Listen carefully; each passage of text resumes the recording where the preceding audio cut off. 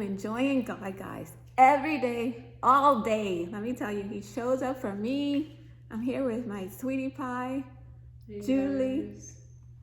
You have to say a special hi to Grandma. You know she loves hearing from you. Hi Grandma. How are you? We love you, we love you, we love you, our sweetie. So God is just showing up for your mama, showing up for your mama, showing up for your mama, Jules. Like even just this morning, I said to you last night, I'm going to start a new habit for God this year. Waking up early and doing my post for him. So this morning as I'm writing the post, you know, God is the one dictating to me what to say. And I just got a nudge from him to insert this one little sentence. It said, he knows the best path for our lives, right? Like just a nudge from him. He knows the best path for our lives.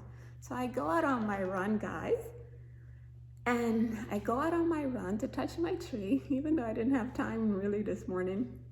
I go and touch the tree, and I just happened to see like the number 38 on my Nike running thing. And so I go to page 38, and after saying that God knows the best path for our lives, look what showed up on page 38. You want to read that? The Lord says, I will guide you along the best pathway for your life. Yeah. Wow. So how could that verse, Psalm 32:8, after I just got this little nudge from him to say he knows the best path for our lives, say, Nick, include that in the post for today and for this to show up. You know, and that's my testimony, guys, that God will advise us along the best pathway. He will advise us and watch over us. You know, like we were just talking about Julie joining me and Amber on a trip to New York because I'm trying to advise her to go to the same university that Amber is going to, but I want it to be a decision that she makes between her and God. So I want her to come there, hear from God, pray about it, and ask, what is it? Where is it He would have her to go? So the mama has her place that she wants her, but at the end of the day, Julie has to go where she feels God is advising her. Right, Buka? Yeah. Like yesterday you were at that college. You want to talk about that a little bit? I mean, there's nothing really to talk about. It was just a nice experience being in a different environment. Yeah. Experiencing different people. Yeah.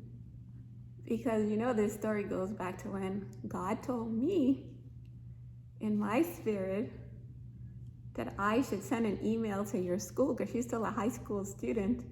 And I sent an email to ask the school if she can take part in a college program that she can start college early. Again, it was God in my spirit telling me, giving me that nudge. No, Nick, don't trust Julie to send that email. You send that email yourself. And that was months ago. Now my daughter's at this beautiful college yesterday. And what were you saying to me? It was really pretty. What else?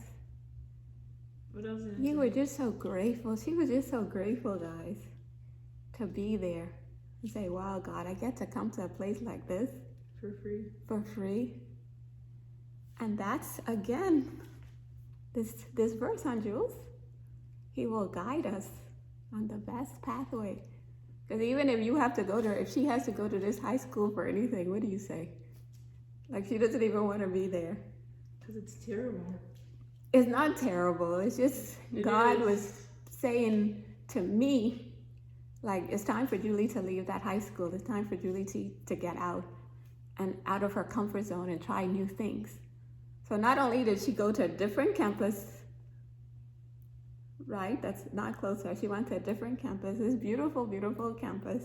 Say, oh, Mom, there's a cafe here and everything.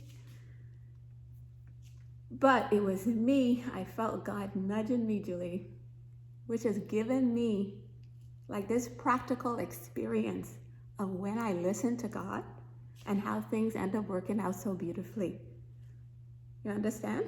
Mm-hmm. So that little nudge from him that day in Nigeria, I'm in Nigeria. You're all the way in the U.S. He said, Nikki, you sit down right now and you send that email. Don't wait for Julie to send it. You know, so that was like an example of how when you know God's voice, right? You begin to know the difference between God's voice, the devil's voice, the crazy lady voice in my head, you know?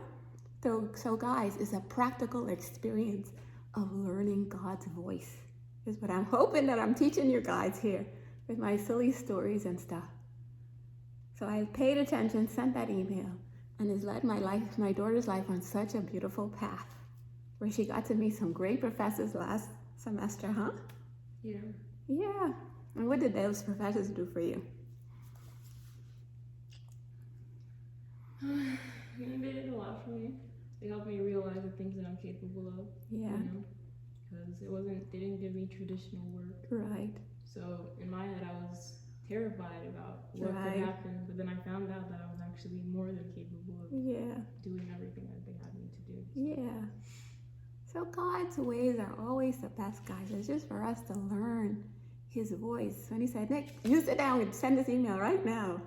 And it was a big fight between the whole family turned against me. Mom, you should not be forcing Julie to go to college if she doesn't want to go to college. But I said, Julie, you just have a conversation with God about it.